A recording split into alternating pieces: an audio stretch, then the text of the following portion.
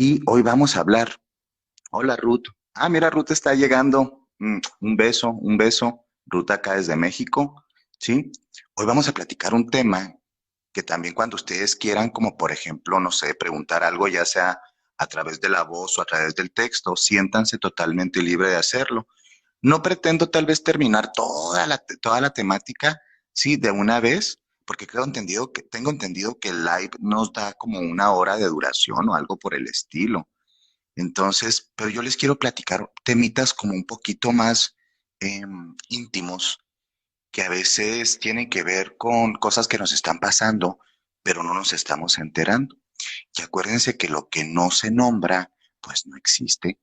Y muchos de nuestros procesos de sanación eh, y de bloqueos, sobre todo de bloqueos personales, sea en nuestro pensamiento, sentimiento, vínculo, sexualidad, pues muchas veces no sabemos cómo arreglarlos porque no tenemos cómo verbalizar los procesos que estamos transitando, ¿sí?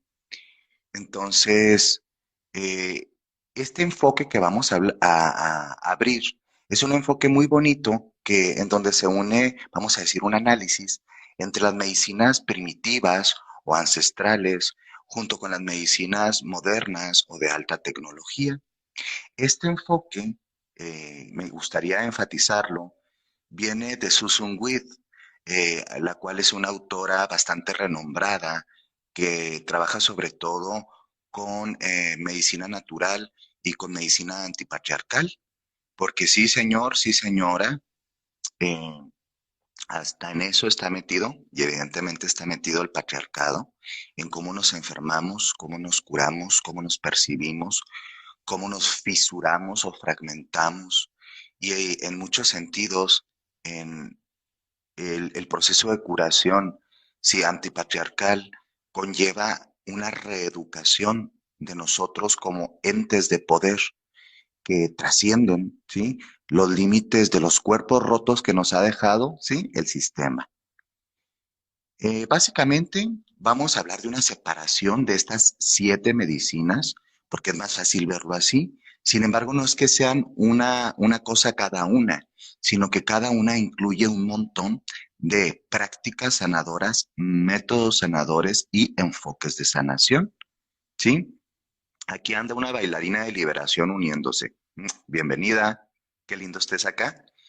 Y estos enfoques están bien chéveres. Susan Whit los separa de esta forma súper creativa, ¿sí? Y vamos a hablar de que los primeros enfoques que van a ser la medicina de la serenidad, la medicina de las historias, la medicina de la energía y la medicina del estilo de vida, son las medicinas típicas de prevención que tendríamos que aprender a utilizar si queremos tener un poquito más de autonomía, ¿sí? En nuestra sanidad, en nuestra salud. Mientras que la medicina de las hierbas, la medicina farmacéutica y la medicina de alta tecnología o posmoderna, moderna y posmoderna, mm, podríamos utilizarla como en situaciones críticas o de peligro, pero aparte que pueden salvar vidas, también muchas veces dañan en general a la salud. Antes de proseguir, me encantaría enfatizarles que yo no tengo ningún grado médico, ¿sí? Que mi trabajo es como psicólogo, psicoterapeuta. Eh, entonces, el enfoque que le vamos a dar es un enfoque de apreciación, uno, cultural, dos, social y tres, autogestivo en temas de salud. Así que pues no, yo no puedo aquí contestar en un live como diagnosis médica ni nada por el estilo, pues porque para empezar soy ignorante en tal cosa. Pero en lo que yo sé, voy a compartir. Y desde ese lugar, ustedes pueden también compartirme y preguntar. Generalmente nosotros hacemos todo al revés, todo al revés, todo al revés. Y les voy a decir por qué. Cuando uno está muy fatigada, muy fatigado, trae jaqueca, trae dolor de cabeza, está resfriado, está resfriada, uno se imaginaría, bueno, ¿qué es lo que tengo que hacer para sentirme mejor, no?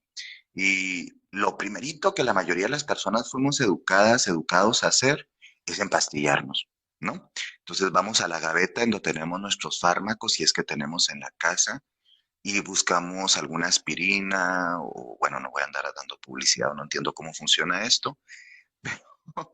Básicamente vamos, sí, y buscamos la pastilla.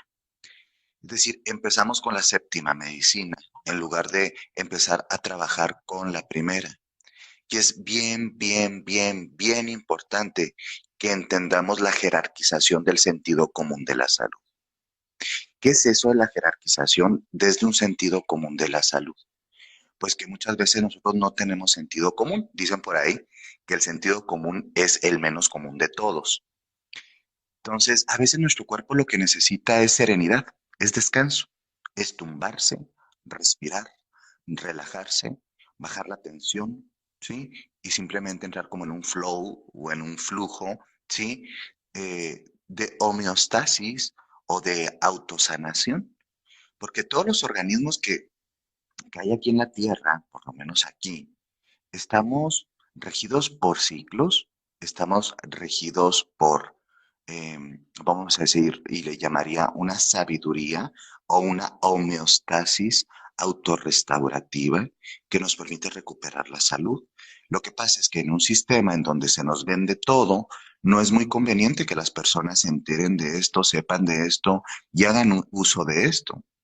En algunas culturas y tradiciones, ya sea muy lejanas de México y también en el mismo México, la medicina ancestral indígena está llena de sabiduría y de prácticas medicinales profundamente útiles. A veces la medicina moderna o la medicina alópata descarta este tipo de prácticas porque les parecen primitivas o les parecen de gente ignorante. Sin embargo, hay que entender que la medicina moderna tiene muy poquito tiempo y que no es la panacea para muchas cosas y que si bien es muy útil para muchas otras, la realidad es que es bastante destructiva en muchas otras dimensiones. Nosotros estamos construidos básicamente, ¿sí?, por una multidimensionalidad del ser. Es decir, que no nomás nos enfermamos de un dedito o que no nos enfermamos nomás de los ojos o no solamente nos enfermamos por una infección. Nosotros nos enfermamos no, a muchos niveles. El nivel más típico de enfermedad es el físico, porque es cuando nos enteramos, cuando hay una sintomatología que está dictando que algo no bueno está pasando en nuestro organismo. Por ejemplo, la fiebre. La fiebre generalmente la vemos como algo malo, pero gracias a que tenemos fiebre, tenemos la capacidad de darnos cuenta de que probablemente, o pues lo más probable es que hay una infección en el organismo. Es decir, la fiebre funciona como una señal o una alerta para generar procesos activos para volver al equilibrio, a la homeostasis, a la sanación. Así entonces nosotros nos resfriamos, nos da fiebre, se te empieza a hacer agua a la boca y sientes antojo, ¿sí? Antojo, una palabra interesante, sí, apetencia, ¿sí? De limoncito o de quizá un caldo de verduras y pareciera ser que el cuerpo te está hablando acerca de cómo llevarte a procesos medicinales sanadores. Hay como una sabiduría orgánica que pocas veces la escuchamos y muchas veces la ignoramos. Y en esa sabiduría orgánica es donde nos vamos a centrar para trabajar esto. ¿Por qué generar autonomía, autosuficiencia y liberación de un sistema que nos quiere tristes y enfermos? ¿Por qué no podemos hablar de empoderamiento y por qué no podemos hablar de una liberación real si otras personas están haciendo cargo acerca de todo en nuestras vidas, lo que comemos, cómo usamos nuestros cuerpos, cuándo nos reproducimos? Es decir, aquí el tema se transforma, del cuerpo se transforma en un acto político de poder, ¿ya? O sea, el cuerpo no únicamente como algo lindo y como algo a trabajar y como algo como, no, también se transforma en un tema político en donde la sanación es el acto, uno de los actos políticos más afirmativos que hay, porque dejamos el estado pasivo hacia los otros, hacia el otro, y empezamos a hacernos responsables de nosotros mismos. Y son un montón de cosas. Por ejemplo, dice la medicina moderna, ¿sí? Nos dice la medicina moderna u alópata. a la cual no tengo ningún tipo de congoja y salva vidas, pero es descalificante para otras dimensiones de sanación. Y desde un lugar transcultural debemos de entender y apreciar las otras formas de curación. Por ejemplo, en la antropología hay algunos términos interesantes respecto a la salud y a la enfermedad. Eh, ¿Alguien ha escuchado por ahí, no sé si en el chat quieren participar o algo, eh, que en el tema del empacho, ¿sí? O que tiene tronadas las corvas, o que tiene susto, o que tiene embrujo? Y uno dice, ¿qué tipo de diagnosis es esta, no? Es una diagnosis extraña, ¿sí? Entonces, el cuerpo como memoria, dice Daniela, totalmente, totalmente. El cuerpo, sí, es un gran instrumento de vida, pero también, sí, es el instrumento de almacenaje memorial, sí, porque no queda en el plano subjetivo, sí, es orgánico. Y entonces en estas culturas te dicen, por ejemplo, como que el niño te está empachado. Entonces, si tú lo llevas a una clínica alópata, a un hospital convencional, lo más probable es que te digan que eso es una sandez y que el niño no tiene nada y se le dé un medicamento porque probablemente tiene parásitos o algo por el estilo. Pues resulta y resalta, ¿sí? Que, que lo llevan con una señora de esa que vive bien lejos allá por afuera del pueblo o de la población, y la señora tiene ahí en salmos, mantequita con hierbas, algunos velones prendidos, y le empieza a dar una friega, se dice en México, sí, es un tipo de masaje con cierta, vamos a decir, metodología, no nomás así, a la y se va.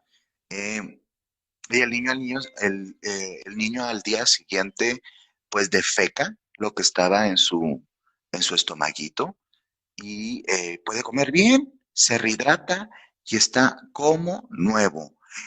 Y entonces la medicina convencional te dice, no, no, no, pues es que eso es por placebo, sí, es una situación de placebo y se acabó. Bueno, estas enfermedades dentro de los campos, bueno, de los estudios antropológicos más generales, son llamadas enfermedades de filiación cultural. Es decir, que también las culturas tenemos nuestra propia forma de entender la salud en la enfermedad, el equilibrio. Habrá unas personas que dirían, esa persona que está ya hablando de otra enfermedad de filiación cultural, que es el susto que le pueden dar a los niños, que le pueden dar también a las personas adultas, ¿sí?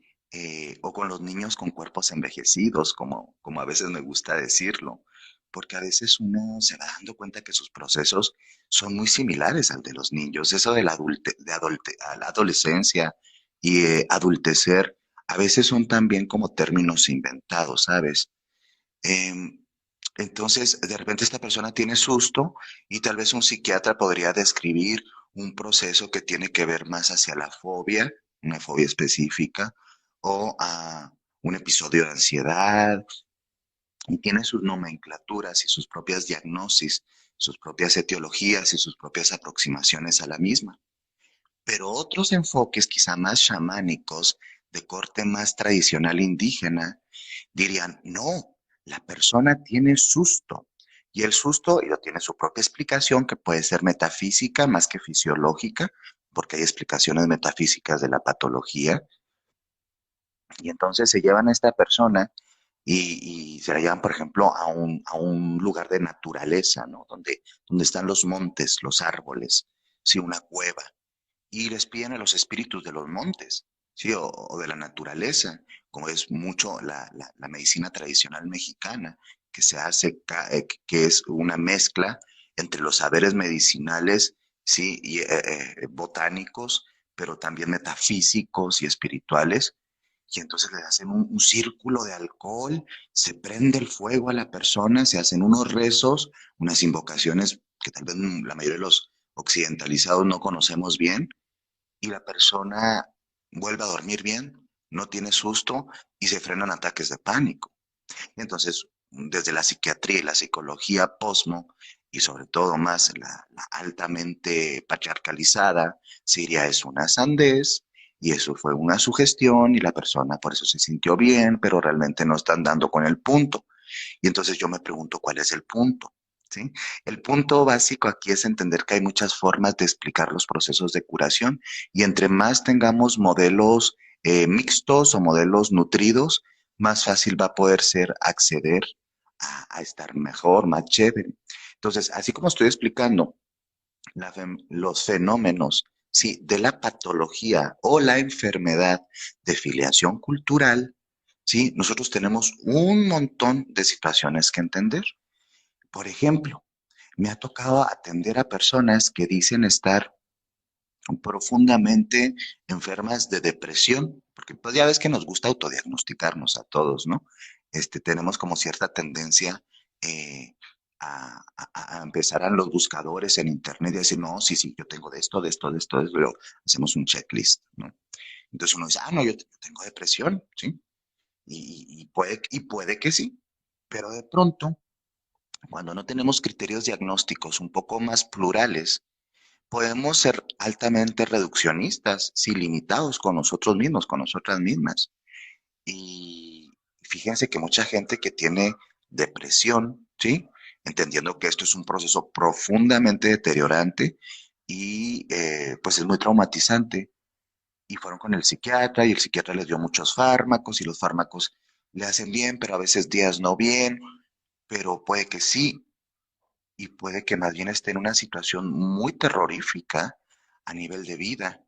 Por ejemplo, yo me he dado cuenta en ya más de una década de atención a víctimas del delito y específicamente en el acompañamiento de mujeres víctimas de violencia machista, que para los hospitales y la psiquiatría patriarcal y también la psicología patriarcal, la psicoterapia, es más fácil, ¿sí? Doparlas, medicarlas, que confrontar el hecho social, el hecho familiar, el hecho de violencia que está sucediendo. Es muy bruto eso, es muy atemorizante cuando nos damos cuenta de esto, porque es como sedar a las víctimas para que ya no sufran tanto, ¿sí? Y es una verdadera sandez y crueldad. ¿Cómo nos vamos a romper de todo este trauma patriarcal y esta violencia estructural si estamos únicamente sobremedicando a las personas más vulnerables para que puedan resistir el dolor al que todos los días son sometidas o sometidos? Niñitos chiquitos, niñitas chiquitas, que yo no soy especialista en adolescentes ni niños, yo atiendo a adultos, pero a veces pues me refiere alguna colega pues de forma cariñosa, tú cómo la ves, o ahí nos hacemos como consultoría, asesoría, para algunos casos. Y hay niños que están sobremedicados, como por ejemplo con temas de gastritis, chiquitos, pequeñitos, niños con gastritis, qué barbaridad, ¿sí? Y entonces tienen gastritis crónica, ¿sí? Y dices, como un niño tiene 2, 3 años con gastritis, este niño tiene 8 años, 9 años. Y entonces vemos, ¿sí? En una intervención un poquito más holística, es decir, que incluye diferentes dimensiones, que el niño ya está tomando fármacos para la gastritis. Y eso no es correcto. O sea, se tiene que trabajar más bien, sí, temas, evidentemente analizar los estilos de vida del infante, de la familia y las circunstancias que está transitando. Pueden ser niños que están siendo sometidos a un estrés académico espantoso, pueden ser niños que son víctimas de abuso sexual sistematizado, pueden ser niños que son víctimas de desatenciones en el hogar y que tiene una pésima dieta y en lugar de darle una dieta adecuada, se le debería hacer a todos los infantes, pues se le da chucherías y terminan los niños pues lastimando sus tejidos gástricos. Es decir, no todo diagnóstico necesariamente tiene los mismos procesos etiológicos o explicativos. Y entre más nos hagamos autónomos y entendamos diferentes dimensiones de la salud y enfermedad, es más fácil acceder a ella, ¿sí? Porque de por sí no es fácil acceder a ella porque tenemos un mundo que mayoritariamente ha hecho de la salud y de la enfermedad toda una industria profundamente lucrativa para tenernos enfermos y desconectados de nuestros propios cuerpos y procesos, ¿sí? Todavía yo me acuerdo cuando estaba chiquito, ¿sí? Que no fue hace tanto, este, que se hablaba de la menstruación como algo patológico, como algo que no estaba bien, como algo insano, como si la mujer esos días estuviera enferma. Y entonces el cuerpo de la mujer, pues era el receptáculo de enfermedades situacionales cada mes, ¿no? Cada tanto. Y entonces está enferma, ¿sí? Es más, tenemos formas de verbalizar a veces tan extrañas que dicen cosas o decimos cosas como, es que ella ya se alivió. Acá en México se usa, por ejemplo, eso de acá en México ya se alivió. ¿Alivio de qué? Cuando uno se pregunta, pues se refiere a que una mujer ha parido, a que una mujer ha tenido a un bebé, a una bebé, ¿sí? O a varios. Mm, Entonces uno se queda pensando, ¿cómo? ¿Cómo que se alivió? ¿De qué se alivió? Es decir, muchos de los procesos ginecológicos también están patologizados, ¿sí? La menstruación, sus olores, la sangre, sensaciones. Nos dice, por ejemplo, aquí a Aledaya, ¿sí? También nos predisponemos o escondemos detrás de una sintomatología creada. Claro, y de eso, de hecho, de eso, que padre que lo dices, tenemos que hablar. Y cuando tenemos que hablar de eso, yo quería primero poner un poquito en relieve estos temas, porque, pues para entender, ¿no? Aunque sea de embarradita, qué tiene que ver con esto. Y ahora sí nos vamos a las 7 medicinas. Si tienen algún tipo de pregunta, comentario, pues ahí en el chat o las que quieran me dicen quiero cámara y con gusto nos saludamos por acá, ¿sí? Y si quieren también puro audio, vale. Bueno, pues Susan Weed la separa estas 7 medicinas en dos subgrupos. Los primeros medicinas van a hablar de todas aquellas que nos ayudan a mantener la salud y que nos permite recuperar la salud, sí, de una forma simple y segura, siempre y cuando no estemos muy agudos en nuestra sintomatología. Y la primera que voy a hablar, así de embarradita, a quien le interese más, me puede mandar un privadito y yo le hago llevar links en donde hay como más acerca de estos materiales. En la medicina de serenidad, básicamente es la forma más fácil de curarnos. Es básicamente dejar que la madre naturaleza haga lo que tiene que hacer. Es para enfermedades menores, evidentemente, y requiere de nosotros algo muy difícil en este tiempo, que es quedarse quieto, porque parece que sentimos culpa de quedarnos quietos. Siempre tenemos que estar haciendo algo, produciendo, trabajando, estudiando, ayudando, aportando, cuidando, y sobre todo para las mujeres. Las mujeres en nuestra cultura eh, parece que no tienen el derecho a descansar, ¿eh? Hay una doble, triple jornada acumulada, invisible, pero que existe. No es extraño que muchas mujeres vivan aquejadas de enfermedades tan destructivas, ¿sí? Y a veces tan síntomas tan marcados porque no tienen el derecho al descanso. Hay un esclavismo hacia las mujeres bien fuerte, claro, también a los varones. Pero el tema de las mujeres es que generalmente obedecen a una doble o triple jornada, cosa que los hombres no tanto, ¿verdad? Entonces, mm, no me refiero a que nada más así cuando me resfrío y me quedo acostadito y espero que se haga el proceso de sanación. No, a veces son cosas tan complejas como la serenidad, sereno, una palabra muy bonita, es quedarte quieto y en silencio. Dice la doctora Clarisa Pinkola Estés, cuando te sientas muy perdida, recuerda que lo único que tienes que hacer, ¿sí? Es quedarte sin mover, inmóvil, para que el espíritu te encuentre, ¿sí? Es algo muy lindo. A veces necesitamos descansar, dormir, dejar de ver cosas, dejar los dispositivos, sobre todo cuando estamos ahora con ciertas redes de alta adicción, ¿no? Como, bueno, no sé si esta lo sea, creo que sí, pero por ejemplo TikTok, ¿no? Así que porque están haciendo el scroll, scroll, scroll.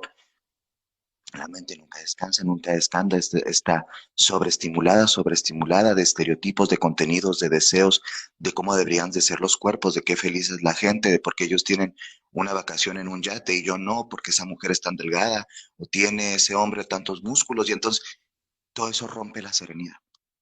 Por eso las generaciones más jovencitas que estamos atendiendo en temas de salud mental están tan afectadas con expectativas muy reales y todo el tiempo, porque antes era, lo voy a hacer una película en la televisión, ahí por ahí, ahora todo el tiempo, ¿no? Entonces, la medicina de la serenidad es la primera. Siempre que te sientas un poco perdida, un poco cansada, un poco desconectada de tus procesos homeostáticos. A veces lo único que tienes que hacer es desconectar el teléfono, apagar todo, dejar de escuchar televisión, malas noticias, y no se trata de negacionismos, y descansar, dormir, recostarte. Hay gente que no sabe hacerlo. Entre más controladora seas, ¿no? O controlador seas, seamos, va a ser más difícil entrar en la medicina de la serenidad. Pero hay que entender que la medicina de la serenidad es la puerta que abre la casa hacia la sanación. Es la puerta del templo a la sanación. Después viene, ¿sí? Esta es así a grosso modo. Oigan, infórmeme aquí quien pueda en el chat si a la hora se corta solito esto o nos podemos colgar más de tiempo, porque yo nunca he usado esta modalidad. En la medicina de las historias o la medicina de la historia es algo bien, bien, bien importante, porque tiene que ver con las narrativas, tiene que ver con qué historias nos contamos acerca de nosotros mismos, de nuestro mundo, ¿sí? De la realidad, de nuestra familia, de nuestro cuerpo. Y hay que entender que a través de las narraciones que hacemos de la propia existencia y de lo que nos sucede, es como transitamos los caminos. Aquí están almacenadas muchos de los temas memoriales, muchos de los temas interpretativos y muchos de los temas narrativos culturalmente reforzados. Por ejemplo, hay una persona que vive todo el tiempo con el pavor o el miedo, ¿sí? De repetir un proceso patológico mayor como es un cáncer, porque le dicen que todos sus familiares o toda su familia eh, han tenido algún tipo de cáncer, ¿no? Entonces, hay una narrativa continua que los llega evidentemente de miedo, ¿sí? De miedo, de rabia, de frustración. Entonces, el cuerpo genera más cortisol, se pone más estresado, se acidifica y evidentemente los tejidos quedan más proclives a desarrollar un montón de patologías. Es decir, hay una interconexión, sí, bioquímica, sí, neuroplástica, a partir de todas las narrativas que hacemos del mundo. Y no es así tan fácil como, oye, si lo crees, lo creas y así todo muy chévere, vibrando alto. No, no, no, no, no, no, no, no, no. Es un hecho neurocientífico que a través de las interpretaciones que hacemos del mundo se generan grupos, o vamos a imaginar como carreteras neuronales que tienen funciones diferentes y que a través de estas carreteras, ¿sí? Se feedbackean o se retroalimentan procesos bioquímicos complejos que nosotros llamamos emociones, porque las emociones no son cositas aisladas, así como, ay, una emoción va pasando por ahí en mi cabecita. No, no, no, no, no, no. Las emociones son procesos bioquímicos que atraviesan el cuerpo. Entonces, imagínate eh, qué barbaridad de no saber cuál es la medicina de mis historias o el veneno de mis historias. ¿Qué cosas me estoy narrando? El mundo no se levanta, se prende el despertador, tic, tic, tic, tic, tic, tic, tic, y uno dice, ah, qué carajo, qué flojera, qué cagante el mundo, qué jodido todo, qué horrible la guerra, qué infame mi vecino. Ya empezaste en los primeros minutitos de estar vivo. Bueno, siempre he estado vivo, despierto en el mundo de la tercera dimensión, hacer secreciones bioquímicas. Entonces mira, yo te lo digo así. O sea, como esto es una cosa súper comprobada, tú tienes que pensártela. Oye, que es un shot, imagínate, como una inyección, ¿sí? De los primeros minutos de tu mañana. ¿Qué historias te vas a contar esta mañana para sufrir? ¿Qué venenos, sí? Endógenos, porque yo los produzco, ¿sí? Están aquí dentro. Vienen. Frustración, enojo, envidia, calamidad, fastidio, rabia. Por eso es muy importante tratarse de hacer una historia del mundo que nos dignifica. No se trata de ser esta positividad tóxica. Ay, no, sal adelante, todo esto. No, no, no, no, no.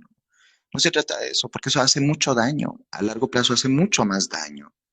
No se trata de eso, se trata de adquirir el, la capacidad de ver con sabiduría, ¿sí? Lo que estamos transitando y entrar en prácticas lúcidas que nos permitan ser conscientes de las historias que nos estamos contando.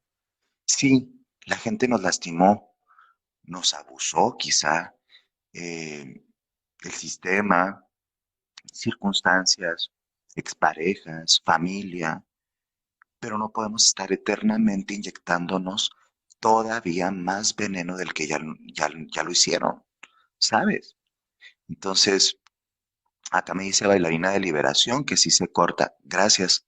Y Dani dice, pues nos abrimos otro. Mira qué lista, tienes razón. ¿Sí? Entonces, es bien importante que te plantees qué me estoy narrando, ¿sabes? Es muy duro.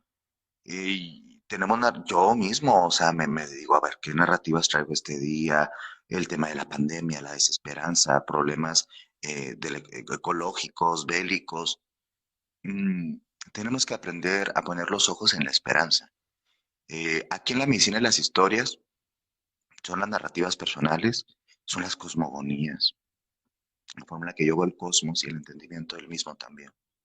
Me permite tener a veces más resiliencia o menos resiliencia. Y dices, hay gente que utiliza el rezo, el canto, la devoción, y a través de una historia, mito religiosa, se permite poner en un estado bioquímico mucho mejor.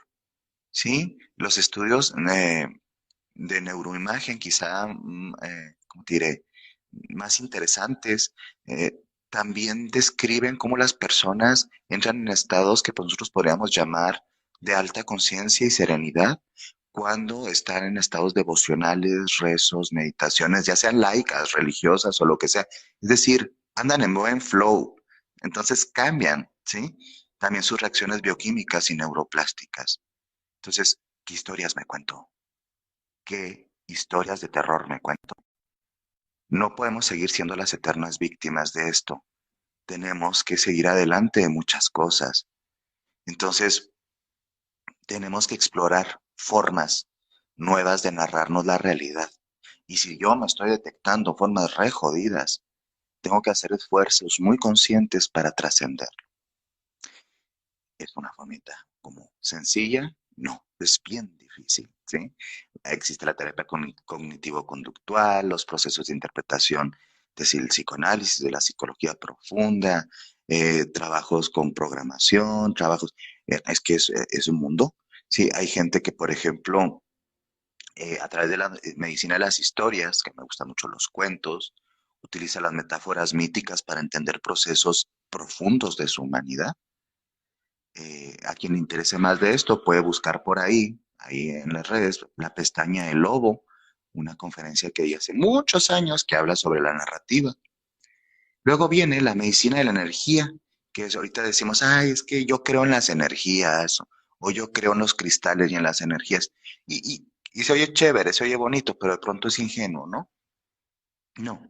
Se refiere a que durante muchos milenios y mucho antes que la medicina fuera médicamente lo que es actualmente, la mayoría de las culturas tenía una visión del mundo en donde había un prana, ¿sí? Para algunas culturas, un kundalini, un chi, un ki, un campo electromagnético, un campo cuántico, el campo simplemente, sí que existe y rodea y permea, sí, toda la existencia. Y nosotros pues somos parte de eso, ¿no? En las medicinas de la energía, la mayoría son de tipo bioenergético y en esta época se entienden como alternativas, que no deberían ser llamadas alternativas, son en su mayoría medicinas ancestrales, ¿sí? O medicinas antiguas. Desde aquí podemos encontrar algunos remedios homeopáticos, la medicina de las flores de Bach, los elixires de cristales, Reiki, respiración pránica, em, trabajo con imposición de manos. Es decir, aquí hay muchas cosas chéveres que funcionan bien, pero que estamos en una época pues donde todo se empaca, se vende y se le pone sello, ¿no? Y entonces también aquí hay mucho fraude y tenemos que hablar de eso. No podemos caer en el sinsentido de creer que únicamente a través de una práctica de media hora de Reiki va a cambiar todo nuestros procesos bioenergéticos, ¿vale? Eh, eh, esto, eh, esto es como, está muy frivolizado. Entonces tenemos que entender que sí existen, ¿sí? Realmente efectos positivos en el organismo y en la mente. Simplemente las personas que tal vez aquí en el chatcito eh, eh, alguna vez se han hecho Reiki o un trabajo de masaje energético, masaje físico, y uno siente que está alineado con el universo. Y se quitan problemas de espalda y se quita tensión de la quijada, de la dentadura, de algunas zonas del cuerpo. Es que es real. A veces la gente lo hace con el kirtán, que es música devocional, el sonido, sí, el canto. A mí me encantan los cuencos tibetanos, los cuencos de cristal y el tambor. Y a veces lo que necesitas es esa vibración y esa vivificación y te sientes chévere y reensamblada, reensamblado y de pronto tu digestión está mejor. Y es que es real. Sí, el cuerpo es en su dimensión más palpable, material, pero no se limita a lo material. El cuerpo no es una materialidad fáctica nada más. El cuerpo tiene muchas dimensiones y a través de la vibración accedes a esa parte multidimensional.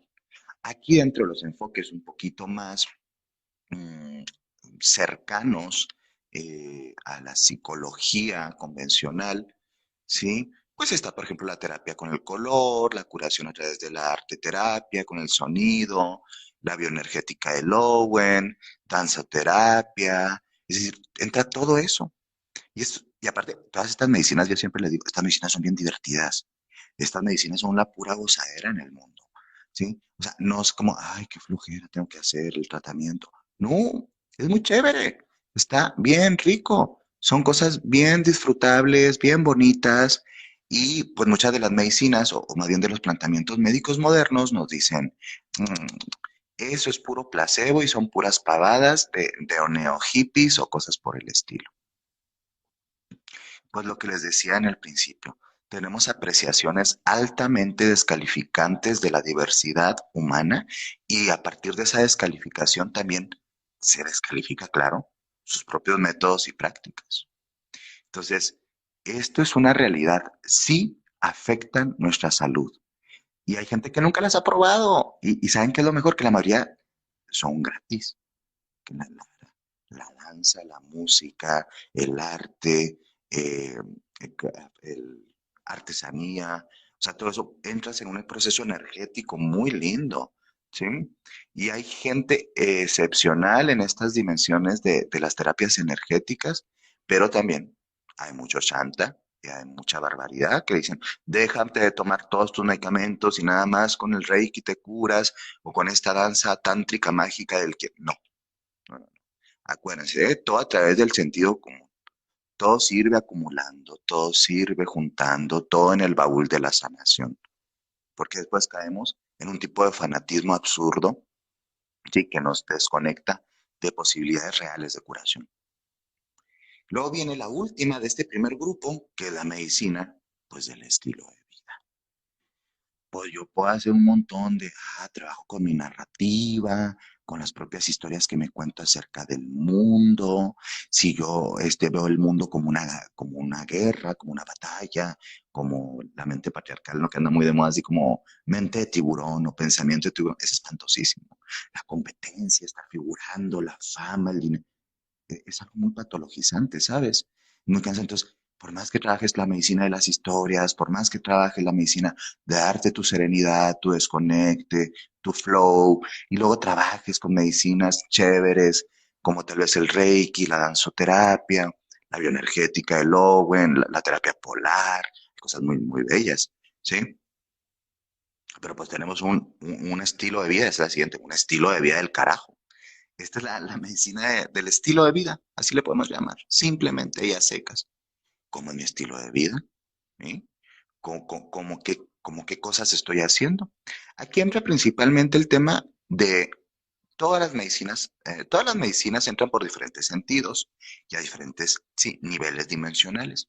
Pero en la medicina del estilo de vida tenemos que entender que básicamente está centrada en los movimientos, en la nutrición, ¿sí? En lo que comemos, en muchos niveles, no nomás por la boca, y en los ejercicios, cómo habitamos el cuerpo, el movimiento, ¿sí? Cómo se mueve nuestro cuerpo, cómo se acuesta nuestro cuerpo, en qué colchón se acuesta nuestro cuerpo, en qué sillones, cuánto camina, cuánto no camina, corre, hace yoga, eh, más allá del yoga, se siente estimulado, tiene una sexualidad plena, tiene placer sexual, eh, qué se mete por los ojos, qué se mete por los oídos, qué se mete por la boca, qué se mete por la nariz. Todo esto tiene que ver con, yo lo digo de una forma frívola y tal vez un poco tontona, pero vamos a hacernos la vida bonita con lo que podemos. Vamos a hacer lo mejor que podamos con lo que tengamos. Punto. ¿Sí? Entonces, a veces nos desconectamos hasta de la capacidad curativa de la belleza, eh, y no necesariamente por recursos económicos. Decir, oye, yo quiero que mi habitación sea un santuario de descanso, de sanación, y tal vez pones unos aceites esenciales ricos a que estén difuminando en el espacio, porque quieres que tu garganta esté más liberadita, porque tal vez te sientes constipado. Tal vez quieres ir a correr, pero no te das tiempo porque hay mucho trabajo. Es decir, el cuerpo pide. Tal vez estamos reprimiendo nuestros deseos de comer algo rico porque no tenemos tiempo, entonces nos acostumbramos a comer cosas que no son ricas en el estilo de vida, que no son nutrimentales. Y estamos oyendo un montón de porquerías y están entrando y necesitas pensar, este es el estilo de vida que me merezco. Digo, porque la vida es recortita. Los humanos vivimos muy poquito tiempo, como la queremos vivir, ¿no? Entonces dices, no, no está padre, no está lindo, quiero algo más. Entonces aquí entramos mucho a reobservar qué nos metemos por la boca principalmente, qué aire respiro, ¿sí? ¿Cómo es, ¿sí? Este tema de lo físico a mi alrededor? ¿Qué, cómo es mi habitación, mi sala? Oye, a mí no me gusta dormir aquí porque nunca he cambiado mi habitación. ¿Por qué no abro las ventanas? ¿Por qué no tengo el sol aquí? Y muchas veces tiene que ver con lo que llamaríamos la inercia patologizante. Ni siquiera es algo que pensamos. Se va dando por, vamos a decir, porque estamos muy acostumbrados a estar jodidos, punto. Porque tenemos transgeneracionalmente muchas ideas acerca de, pues uno vino aquí a este mundo a sufrir. Ay, no, esas cosas son para ricos, o eso es un lujo, o eso es una acá y allá. No, todo eso es desmerecimiento. Un estilo de vida bonito tiene que ver con un acto de autoamor, de ternura y de mucha benevolencia hacia nosotros mismos. Y tenemos la responsabilidad en nuestras manos. Y esto es algo que nos empodera en muchos niveles. Aquí en el estilo de vida es bien importante la dimensión vincular. En todas son importantes por la vincular. Queridas, queridos, es muy difícil sanarse en medio de la crueldad. Piensen bien, pensemos bien con quién hacemos vínculos, manada, familia, pareja. Uno le está entrando con todo el hit en las medicinas, a la terapia, a la bioenergética, a comer rico, y tienes una pareja o una familia que continuamente te violenta, te maltrata, te subaja, te destruye. Entonces, ¿de qué sirve todo lo demás? ¿Cuándo voy a evolucionar y a crecer y estar más sana si estoy en estas situaciones de tanto sufrimiento? Yo les digo mucho a mis pacientes, miren, queridos, sobre todo cuando ya se van a casar, ¿no? Piensen muy bien con quién se van a casar, emparejar, vivir o lo que sea, porque nuestra pareja va a dictar mucho de nuestro estilo de vida y nuestro estilo de vida va a dictar en mayor o menor medida nuestra capacidad de ser felices. La felicidad entendida no como, ay, no, un estado continuo de felicidad, no, no, no. Como un estado sostenido que se va, tiene sus sub y bajas, pero hay funcionalidad y, por ejemplo, ¿cómo se puede ser feliz con una pareja que te está engañando, que te está golpeando, que te está humillando, que es burlón o burlona con tus formas de entender el mundo. ¿Me explico? Es decir, aquí en el estilo de vida también deberíamos hablar mucho de nuestros vínculos, porque acuérdense, somos básicamente 5 dimensiones. Con esto cierro esta parte, sí, que es nuestro verdadero yo, el ser, el self, en algunos enfoques psicológicos. Nuestra mente, que es el plano metafísico, no es el cerebro, es la mente. Nuestras emociones, que es toda la bioquímica que se experimenta en el cuerpo, ¿sí? Nuestro cuerpo físico, que es el que vemos generalmente con los síntomas, que es la materialización palpable, visible de lo que supuestamente somos, y nuestro cuerpo vincular, es decir, nuestras, como entramado, nuestras telarañitas que nos conectan con los otros seres en el mundo, los vegetales, los animales, nuestra familia, parejas, amigos, enemigos y demás. Es decir, tenemos muchas dimensiones para sanar y también para enfermar, claro, y casi todas están interconectadas. Hasta aquí tenemos las primeras que son, entonces retomando, la medicina de la serenidad, las historias, la medicina de la energía y la medicina del estilo de vida, que incluye un montón de cosas y yo me podría estar 4 días hablando de cada una, pero pues no sé si esto ya nos va a colgar o qué va a pasar aquí, ¿sí?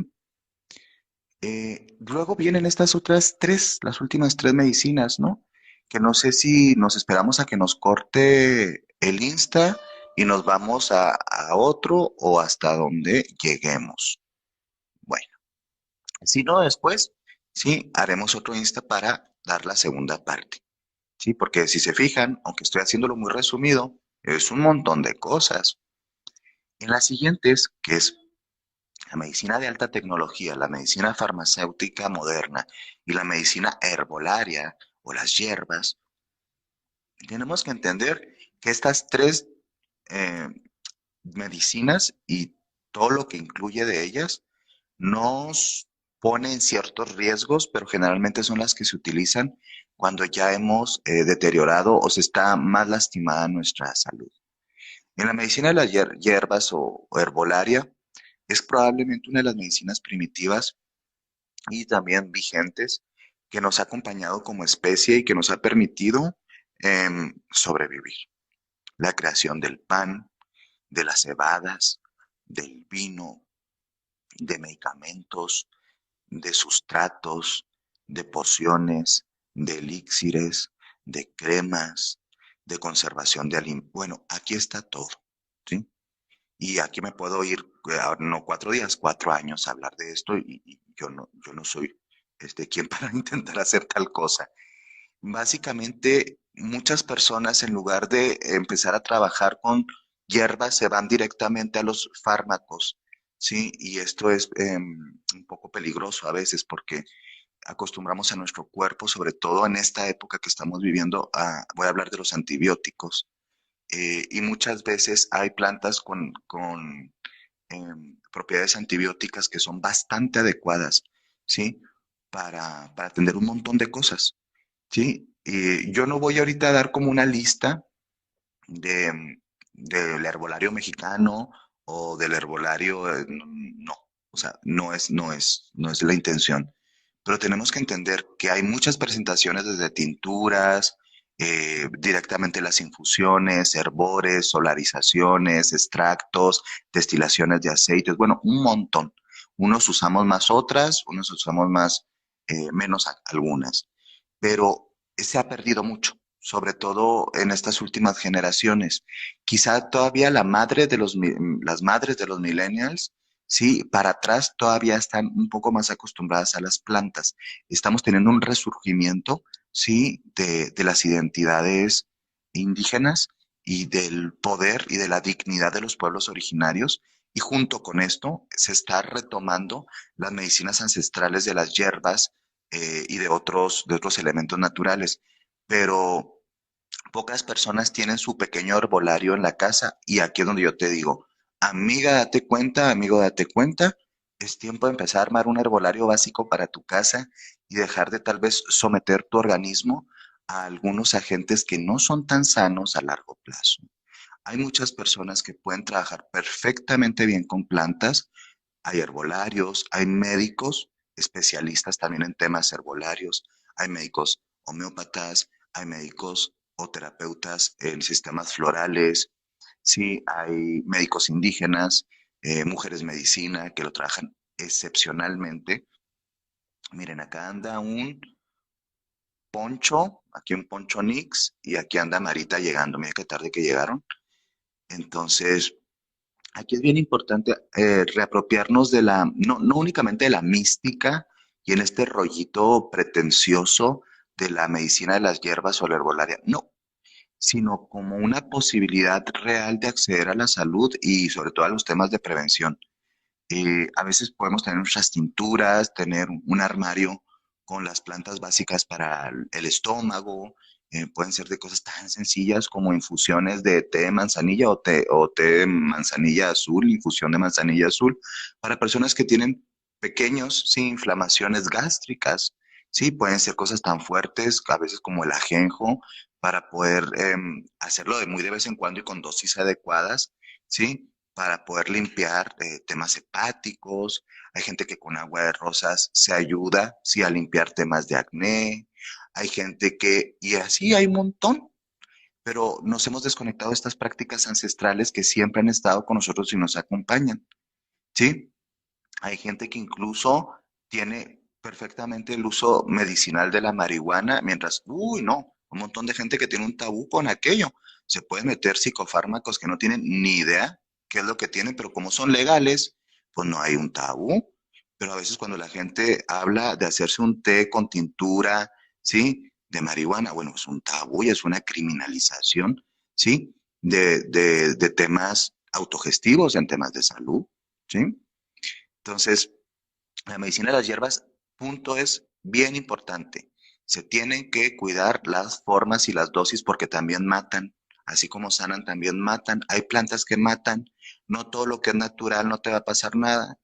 Entonces, esto ya se va a acabar, me quedan dos medicinas.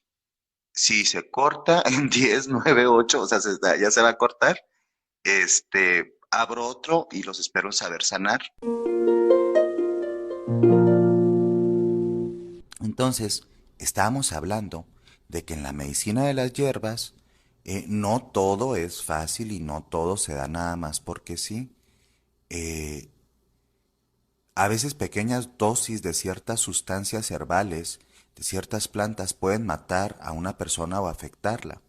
Entonces, también es bien importante tener un conocimiento directamente de las personas practicantes de herbolaria para no meterse en riesgos, ¿sí? Y no someterse o someter a otras personas a accidentes. La siguiente medicina, pues la medicina farmacéutica, quizá la que más conocemos, ¿no? Encapsulados, pastillas, sales específicas de laboratorio, que muchos tienen en estas recetas médicas, unos están controlados, otros no. Aquí entran mucho de los psicofármacos, aquí entran ansiolíticos, antidepresivos, aquí entran un montón de cosas, ¿sí? Y es una medicina necesaria en algunos casos, pero que está sobreutilizada en la mayoría de los mismos. La mayoría de la gente se sobremedica o hemos sido sobremedicados.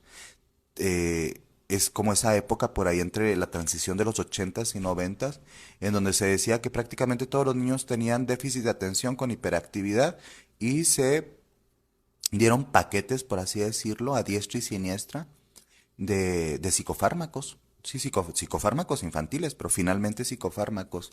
Y ahora entendemos que era pues un tema también muy de coyuntura contextual, ¿sí? Cultural, de padres trabajadores, de mamás ausentes por situación de trabajo, de niños pues que estaban transicionando pues, a muchas situaciones muy retantes, ¿no? Finalmente, eh, entender que aquí sí es bien importante como no buscar la automedicación, tener un conocimiento básico para qué sirven las cosas, pero siempre buscar como que sea en una situación de cuidado. Aquí en la farmacéutica moderna también entra algo muy chévere que podemos hacer un uso para el sostenimiento de nuestra salud y vitalidad, que es el trabajo con suplementos vitamínicos o minerales que la industria farmacéutica tiene ahí y que podemos utilizar y que muchas veces previenen y ayudan a que las personas se sanen, ¿sí? O sanemos de algunas situaciones. Y la última medicina, la medicina de entrar y quebrar. La medicina de alta tecnología, que es impresionante, es muy útil, es muy atractiva, pero es muy peligrosa.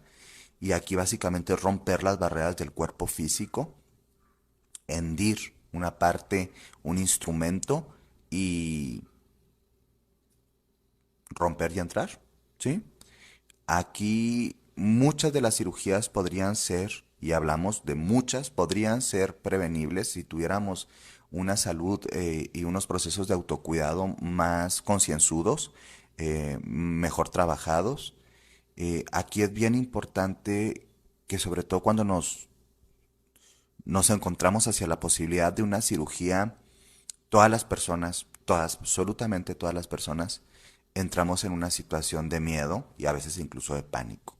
Entonces, la medicina de, de alta tecnología, los escáneres, las operaciones de última tecnología, es básicamente abrir el cuerpo y aunque es algo, una maravilla tecnológica y salva vidas, la mayoría deberíamos o intentar no llegar a esos niveles.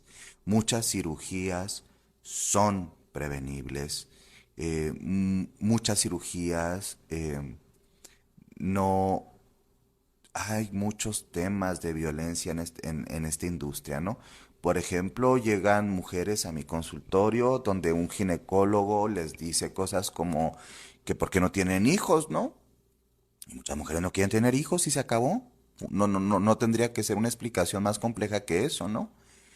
Y les dicen que tienen cierta edad y que tengan un hijo y que tengan un hijo y que si no tienen un hijo que se saquen el útero sin encontrar nada, ¿eh? Y es una frase típica que escucho un montón en el consultorio y dicen cosas como útero que no da hijos, útero que da problemas, o matriz que no da hijos, matriz que da problemas. Es decir, hay visiones muy anormales, ¿sí? Y muy desconectadas de la ginecología, ¿sí? Eh, que hablan, por ejemplo, de cirugías innecesarias. Hay muchas mujeres que no necesitan las cirugías para poder, ¿sí? Tener a sus hijos e hijas y son sometidas a cirugías innecesariamente, porque se cobran más, porque son más caras, porque tienen que ser en contextos hospitalarios. Hay algunos países donde no te permiten tener a tus hijos en tu casa, es un delito. Es decir, a la gente se le va quitando la capacidad de accionar su propio proceso de salud y enfermedad y eso es resguardado por el Estado. O sea, aquí el tema de las cirugías es bien interesante. Yo me pregunto, ¿por qué no empezamos a hablar también de muchos temas, no únicamente ginecológicos? Hay personas que ya no van a salir de procesos de cáncer, que el cáncer ha avanzado mucho y que tienen que ayudar a ser preparados a vivir mejor lo que quede o lo menos peor, ¿sí? Y le siguen arrancando pedazos de su cuerpo porque la factura de gastos se infla y los seguros lo cubren. Y se somete a las personas a sufrimientos espantosos, ¿sí? Cuando ya no es necesario que les estén arrancando pedazos de su cuerpo. Cuando lo único necesario es que se les administre humanitariamente un fármaco que les permita no sentir tanto dolor y ser preparados emocional y espiritualmente para transformarse. Punto. Ay, no, pero así es, qué chiste, pues qué chiste, eso no factura. ¿Me explico? Es decir, hay muchos temas con, con la medicina de alta tecnología y sobre todo la medicina hospitalaria de contexto hospitalario que se parece más y es más una industria, ¿sí? Que un trabajo de sanadores o sanadoras. Sí que, y no estoy culpando a los médicos per se o a las médicas. No. Es todo un sistema, ¿sí? En donde todos estamos ahí oprimidos.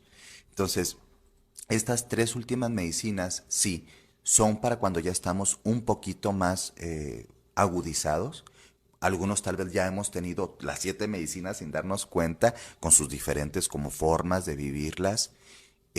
Miran, dice aquí Daniela, Clarisa Pinkola dice que debemos aprender a tener compasión por los moribundos. Claro, es más fácil alargar la vida de personas sufrientes, porque eso es lo que está pasando, que tener un modelo natural de acompañamiento como, como hacia la muerte y hacia la transformación.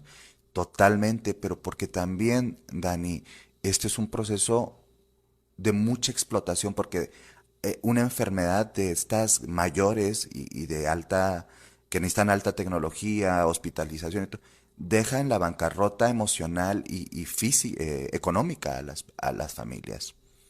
Y la gente ya no tiene curación. O sea, tenemos que aprender también a aceptar que en algún momento la muerte es la curación. Eh, en muchos países, en la mayoría de los países, la eutanasia no está legalizada. De hecho, está criminalizada. Y esto es una forma también de desposeernos de nuestros derechos, ¿sí? Para poder elegir cómo gestionar nuestra muerte y nuestra vida. Y hay libros preciosos como Clarisa Pinkola Estés, o Cerca del Hueso, de la doctora Bolem, o La mariposa de Elizabeth Kubler-Ross. Toda la obra de Elizabeth Kubler-Ross es preciosa. Y tenemos que empezar a sensibilizarnos a esta realidad. Eh, a veces la curación es la muerte. La bendita muerte nos viene a liberar. Y no queremos irnos a pedazos a veces. Y desde la indignidad y desde el traumatismo y desde una familia destrozada. Saber vivir también es saber morir. No sabemos, porque no se nos ha educado, pero estamos tratando de aprender otra vez algo que fue olvidado y que ha sido negado y que está escondido. ¿Sí? Entonces, el enfoque de las 7 medicinas busca mayoritariamente eso, ¿sí? Como tener, para empezar, como un vislumbre de que la salud es mucho más compleja de lo que está dentro de un hospital, ¿sí? Que tiene muchas dimensiones, que es vincular, que es relacionar, que es neuroquímica, que es bioquímica, que es emocional, ¿sí? Que tiene que ver con los estilos de vida, que tiene que ver con las apreciaciones culturales y con estas afiliaciones culturales, porque no todas las culturas nos enfermamos igual, ¿sí? De que es algo mucho más diverso, rico, elaborado e incluso precioso, y que también acercarnos a estos conocimientos nos habilitan a tener más poder sobre nosotras mismas, sobre nosotros mismos, ¿sí? Y es una forma de resistencia antipatriarcal, ¿sí? Antisistema, que nos quiere en cuerpos rotos, en cuerpos dependientes, en cuerpos frágiles, en cuerpos colapsados, en mentes tristes, en mentes solitarias, en mentes deseosas y un montón de cosas, porque todo está diseñado para enfermarnos. Yo me asusto cuando, bueno, yo soy niño que creció en los ochentas, bueno, noventas, sí, ochentas muy poquito, noventas más. Y yo no, ¿se acuerda lo que le ponían en la loncherita? Es que eso era para generar diabetes. Es espantoso que los colegios, que los hospitales, que los médicos, nadie dijera nada. Fuimos una generación sometidísima, ¿sí? A los azúcares procesados de formas espantosas, que cómo es posible que hay personas que tenían 19, 20 años y ya habían desarrollado, ¿sí? Diabetes. Entonces, no, hay una predisposición genética. Sí, claro. Hay una predisposición cultural a joder a las personas, a hacerlas dependientes, a tenernos amarrados, a estar lastimados. ¿Cómo vamos a sanarnos vincularmente, espiritualmente, interiormente, con todo lo que está diseñado para sentir autoodio? Con todo lo que está diseñado para sentir insatisfacción crónica, con todo lo que está diseñado, sí, para competir entre nosotros de formas tan destructivas sin sentido. Porque todos vamos en el mismo barco, ¿eh? En diferentes camarotes, pero en el mismo barco. Entonces, volver a la medicina de la madre tierra, volver a la medicina del sentido común, volver a escuchar, a educarnos, a ver otros enfoques, a no quedarnos en los paradigmas occidentales y hospitalarios, que son útiles, pero no son los únicos, ¿sí? Es también recobrar el poder perdido. Y creo que es súper bonito, creo que es súper digno, y creo que todo esto siempre se debería hacer, o Teóricamente sería decir desde la benevolencia y desde el del amor consciente a uno mismo y a los demás. Tenemos que hacerlo desde un lugar de benevolencia, desde un lugar de compasión, desde un lugar de paciencia, porque enfermarse es muy complicado, porque nos da miedo, porque somos poco pacientes con nosotros, porque no entendemos que tenemos límites. Y es bueno, es bonito tener límites y que cada año que pasa el cuerpo tiene otros límites y que lejos de ser una barrera se transforman en nuevos estilos de transitar el mundo, de danzar en el mundo, de vivir en este mundo. ¿Sí? Eh, yo de todo corazón deseo, ¿sí?, que tengamos vidas felices, que sanemos a nuestra forma, que sanemos a nuestro tiempo, que entendamos un poco más esto y que busquemos todos los días hacernos la vida un poco más bonita, porque no lo merecemos. Estamos pasando cosas muy complicadas como colectivo. Que seamos amables con los demás, que seamos amables también con los demás. Que el mundo está muy lleno de crueldad como para sumarle y que intentemos ser felices. Deseo de corazón que seas muy feliz, que estés bien. Ya vamos a cerrar este temita y te agradezco